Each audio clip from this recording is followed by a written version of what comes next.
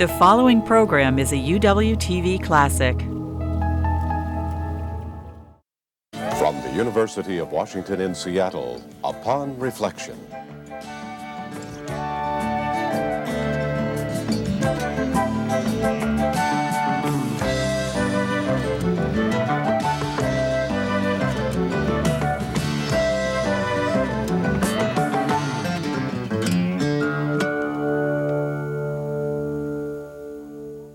Hello and welcome to Upon Reflection. I'm Marcia Alvar. Native American Testimony is a book that views 500 years of North American history through the eyes of the continent's original inhabitants. Edited by Peter Nabokov, it draws from letters, autobiographies, government documents, and other sources to produce a richly detailed story told by many different and until now largely unheard voices. Nabokov is an assistant professor of anthropology at the University of Wisconsin and today's guest on Upon Reflection. This book took around 20 years to research and write. What were the voices you were looking for? I was trying to get as much of a range as I could. Women, men, different tribal peoples across North America, different regional experiences. One of the things I think that we misapprehend American Indian experience as being a monolithic one, and it varied. Various frontiers moved ahead of the actual confrontation between whites and Indians, the disease frontier, the trade frontier, and there were multiple frontiers. And I wanted to sort of choreograph, in some sense, this saga with allowing these different voices, this chorus of voices, these multiple debates, in many cases over how white to become, to have an airing. Where did you find them? Everywhere. You were asking me about the suicide story of a young man who was caught in the grips of the Canadian Child Welfare Act after being shuttled around to 16 families, wrote a diary which he wanted to be published, and then killed himself. And I found that in a newspaper in a small town in Canada. Government documents that friends of mine had researched while they were writing their histories, life histories, autobiographies. There's a great category of Indian life histories, and that was very useful material. You know, Indians have been also publishing their own newspapers since 1828, the Cherokee Phoenix. So there was material that had been published, many small Indian journals around the turn of the century. You must have had a lot more material than could end up being put in this book. What made the difference between something that you used and something that you didn't? Yeah, there are about 10 to 12 pieces on the cutting room floor for every piece that kind of made it into the final cut. And since it took such a long gestation period, the first half was published in '78. I did the second volume, and my criteria, I didn't want polemics, I didn't want position papers, I didn't want opinions per se. I wanted stories. I wanted incidents which almost had a parable-like universality and durability. So I was looking for encounters which would be replicated in one way or another, albeit with tribal variations. For example, I have a piece that was one of my favorites. It's a modest encounter of a young man going berry picking with his grandparents in the subarctic area, and suddenly there's a fence for the first time. Now, their people probably had visited this area, these berry picking areas, for hundreds, perhaps thousands of years. Suddenly there's a gate, which is the title of the piece. And this is an experience that was replicated. And so I was looking for examples like that, stories. Detail, little human detail that puts history into a really accessible and approachable context. Well, Vine Deloria said in the introduction to the book that he very kindly wrote, we may misunderstand, we do not misexperience. And it was the experiences of Indians as they encountered whites at different points in time and under different circumstances that I wanted to crystallize through those memorable stories. As you traced the history from the 1400s to the 1900s, did the voices change? Yeah, it was interesting. I had a much harder time researching the material for the period from 1887, let's say the Dawes Act, the Allotment Act, which was a devastating act. Most of our history books don't include the ramifications of the Dawes Act because it's not a battle, and we love battles with Indians and whites. We don't want the stuff that really was much more devastating, the disease and then the incremental land loss. And during the half century between 1887 and 1934, the Indian Reorganization Act, there's almost a half century period there that is a virtual blank chapter in most of our history books. And so there, it was tricky to get that material. And then after 1934, particularly after the 1950s and 60s, when the Indian voice becomes somewhat shriller, and there is not that time to reflect on breaking events, which you find in the folkloristic accounts, there I was inundated with material, but a lot of it was inappropriate since it was polemics, position papers, and the like. So the problems for each era were different. One of the messages that comes through this book in many different ways is that if you had deliberately set out to find two cultures that were completely different and have them encounter each other, I mean, you could not have selected more appropriate and I guess inappropriate cultures than these two. Yeah, well, you've kind of, I've said that a mischievous deity could not indeed have created two societies whose value system so often seems at cross purposes. And a lot of times it reads like trains passing in the night. But I would like to mention that when the demographics, when the population size allowed for it, when human beings were interacting with human beings through the sort of corridors of exchange of goods, for example, there was, as often as not, modes of accommodation which could be reached.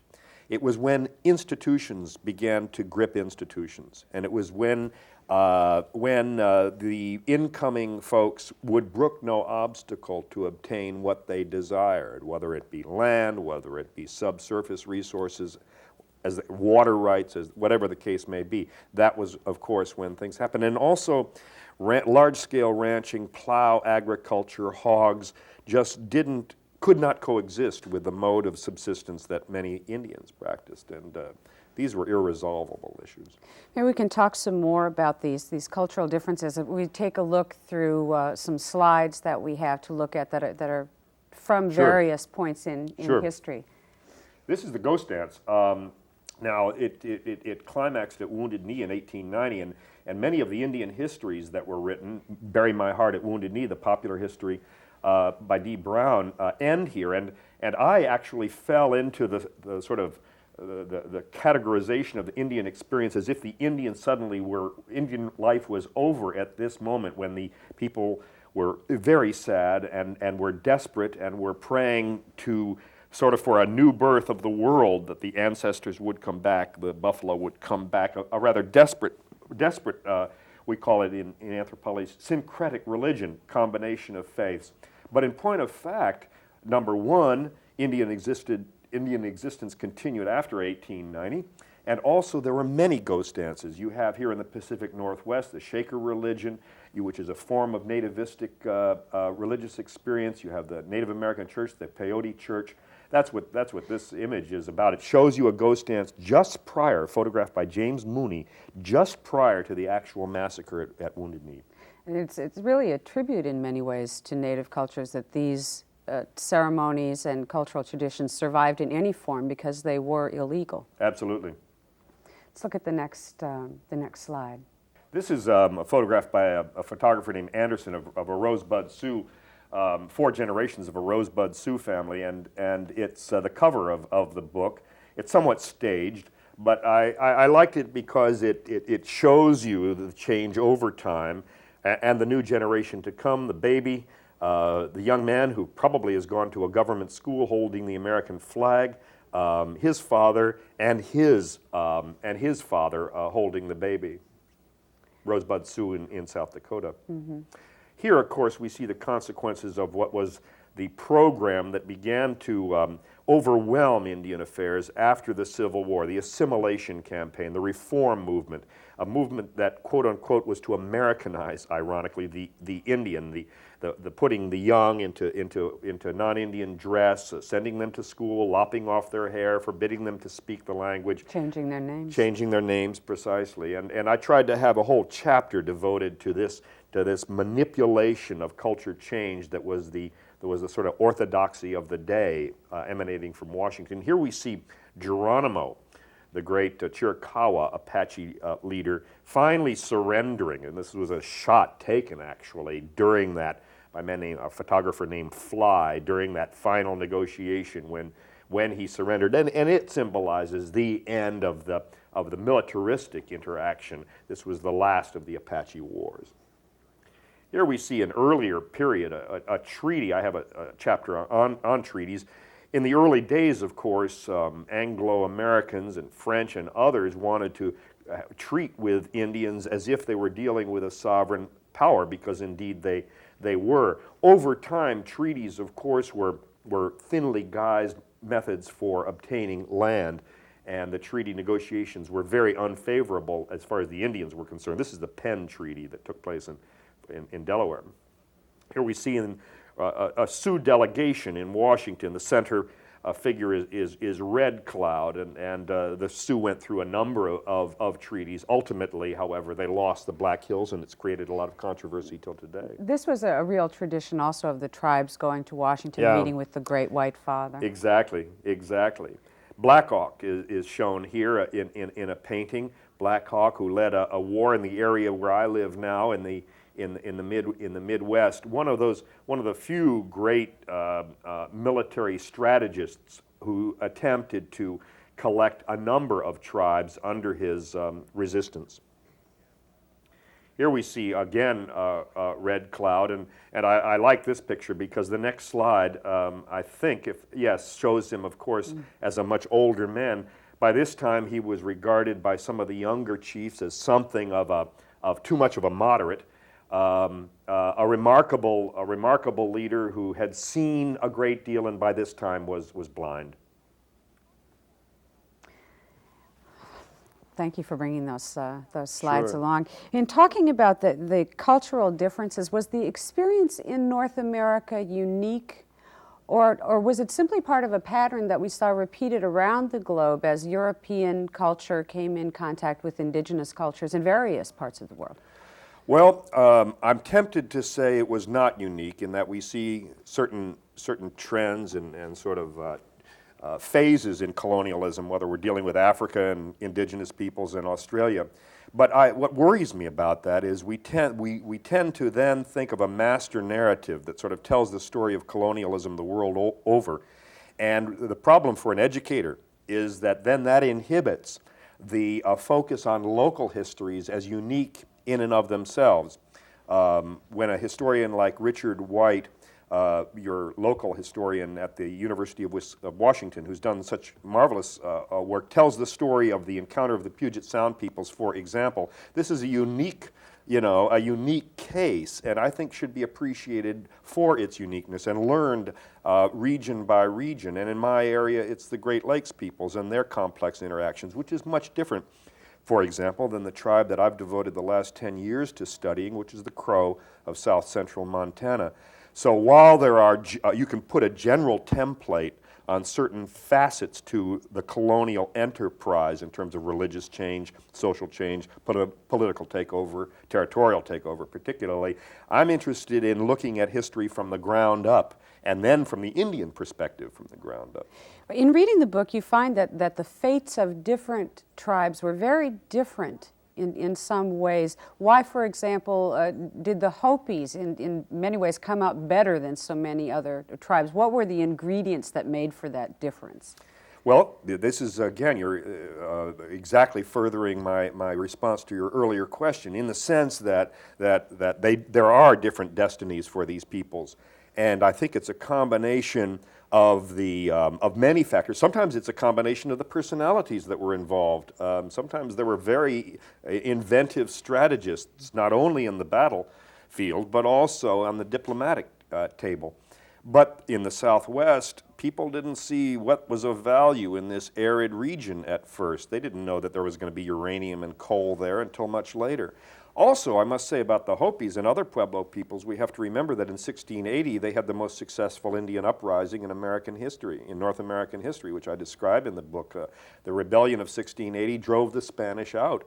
And when the Spanish came back to reconquer the region, the entire Southwest, 12 years later in 1692, they never had the same clout, and indeed Spanish missions were never reestablished in Hopi country. Consequently, this gives people a sort of a sense of confidence, aside from the fact that their political structure, based on their clustered communities, which was much more intact than, let's say, the Paiute of Nevada, who were spread out in smaller bands and could not present a united front. Now, another thing that the book really points out is that not only is it a mistake to look at history and the history of Native American people as some kind of monolith, but also the history of the Europeans who came and the differences depending on what country in Europe people came from. Right. Yeah, and many historians, a man named James Axtell comes to mind, who compares the British and French psychological profile when it comes to responding to Indian lifeways. There was a greater sort of sense of racial differentiation on the part of people who came from the Protestant Anglo world than you would find among French Catholics, for example. And indeed, there is one whole tribe, the Métis, of the Canadian Plains, and actually we have a community in the Plains, the United States, who are also Métis, who are composed of French, Cree, Chippewa, and some Blackfeet. And they speak their own language. They had a historical role as traders that was very unique to them, the Red River peoples.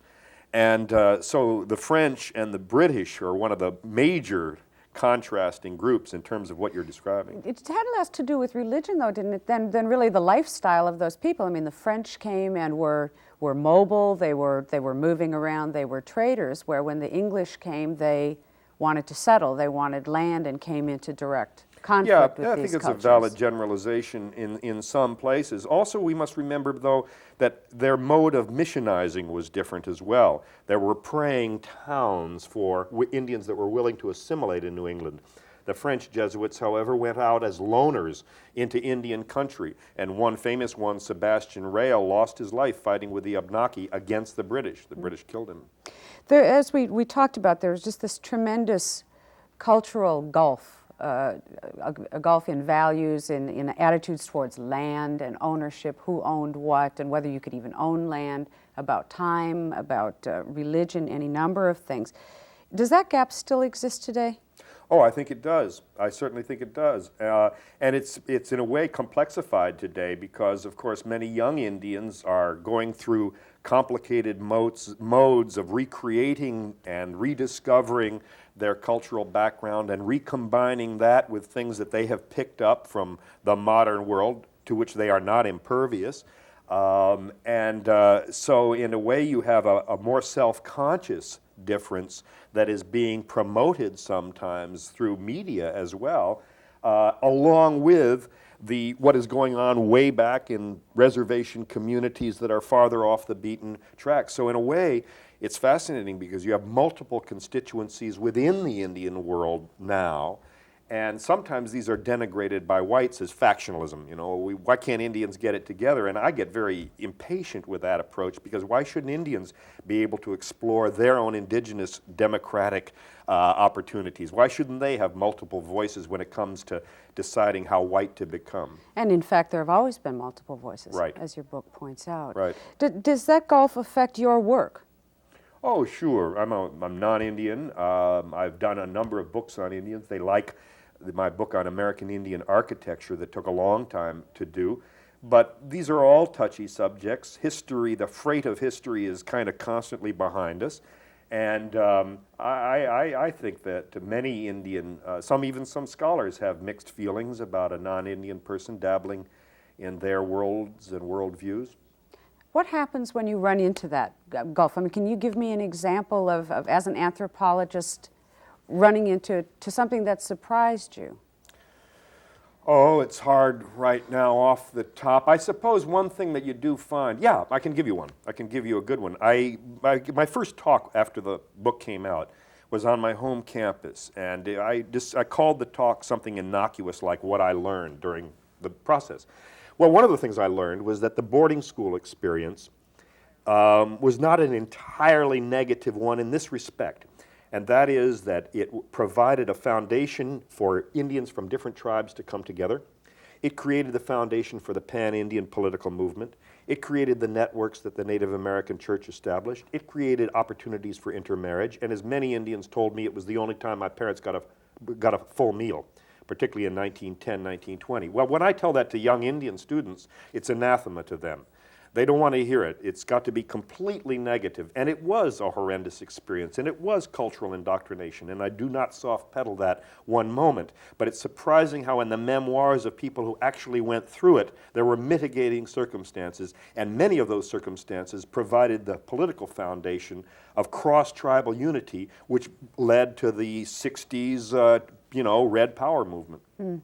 And one of the lessons you come away from this book with is how enormously complex and rich the history is in many ways. Good. And how that it seems that sometimes, for example, in reading about government policy, the official government policy, I was surprised at how inconsistent it was and how quickly it would flip-flop, and that whether the intention was good, or whether the intention was clearly a policy of extermination, the results always seem to be so similar. Well, inconsistent, but there's a kind of crazy consistency, and that is that Vine Deloria sees it in 20, 25-year cycles. It's adore them, deplore them, adore them, deplore them. It's the noble savage, it's the retrobate reservation drunk, it's the ecological saint, or it's the cynical Indian businessman who's running a casino in cahoots with a mob. Indians seem to be stuck on the fixed poles that are really in the non-Indian psyche, and it goes back and forth. And now, of course, what with the quincentenary and with the Dances with Wolves and who knows whatever concatenation of events have meant that Indians are in suddenly, whereas 10 years ago I couldn't get the second part of this book published. So it's, it's a fascinating cyclical trap. And this is very difficult for Indian people, Indian educators, Indian students, because they feel who is dictating our representation. It's the outside world. It's whether we're in fashion or not. Mm-hmm, mm-hmm. One of the real fascinating parts of this book comes early on, and there are a number of prophecies that were told about what would happen when Europeans came to North America. And I wanted to see if you would read one of those. Yeah, sure. Now. It was my attempt to put prophecies both in the first chapter and in the very last as a way of sort of providing an Indian take on the entire one. And this is by James Petiamo, who is a member of Acoma Pueblo, who remembers one of these. His life of Acoma Pueblo was published in 1932. I can just remember the old men of my village. Old age was simply a delightful time when the old men sat on the sunny doorsteps playing in the sun with the children until they fell asleep. At last they failed to wake up. These old men used to prophesy about the coming of the white man. They would go about tapping with their canes on the adobe floor of the house and listen to us children and call to us children. Listen, listen, the gray-eyed people are coming nearer and nearer. They are building an iron road. They are coming nearer every day. There will be a time when you will mix with these people. And that is when the gray eyes are going to get you to drink black hot water, which you will drink whenever you eat. Then your teeth will become soft. They will get you to smoke at a young age, so your eyes will run tears on windy days and your eyesight will be poor. Your joints will crack when you want to move slowly and softly. You will sleep on soft beds and will not like to rise early.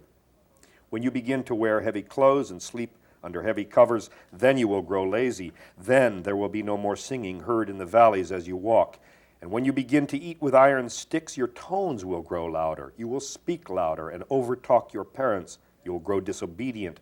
Then, when you mix with these gray-eyed people, you will learn their ways. You will break up homes and murder and steal. Such things have come true, and I compare my generation with the old generation. We are not as good as they were. Neither are we as healthy. How did these old men know what was coming? That is what I'd like to know. And as you said, prophecies begin this book and prophecies also end this book. And what do the prophecies at the end of the book say about the future, what lies ahead? We have to remember something, if I may say, about prophecy. There's a folklorist, Gerald Ramsey, who says that these are oftentimes retroactive prophecies, and people sometimes say, well, do you really believe them? And I'm less interested in the chronological positioning of any prophecy than what the truth of the prophecy is, because they are clearly warnings, whether composed before or after the fact, that isolate those aspects of non-Indian society that Indians fear, that they think may be detrimental to their persistence as peoples. And one of the most intriguing that ends the book, however, along with the warnings about the waters boiling and polluted air and overpopulation, etc., and social dysfunction, to use a contemporary term. One of them, it's an Apache one, says, and then in the next world, whites will be Indians and Indians will be white people. So it's an interesting sort of turn, and I have no idea of the context for how that story came about, but it seems to have a sort of nice, humorous edge with which Indians oftentimes view these things. When people read this book, what is it you'd like them to take away from it? I'd like it to be a springboard into examining their local histories. I'd like them to be aware that women as well as men went through these encounters, even though they don't often achieve the renown of great chiefs. I'd like North America to be broken up in their mind into many different tribal Americas. I'd like people to appreciate decades of Indian history when not battles were taking place, but when persistence was taking place in quiet, out-of-the-way places. I'd like people to appreciate that the interaction between Indians and whites was as often as not a duel of wits, and that many of these stories show that. I'd like people to appreciate the fact that Indians view these events not only with anger and fury, but also with humor. It's a wonderful book. Thank you. And I want to thank you for taking the time to join us on Upon Reflection to talk about it. The name of the book, Native American Testimony, really a first-person history of North America, and today's guest, Peter Nabokov. Thank you very much. Thank you so much. To see more UWTV classics, visit uwtv.org/classics.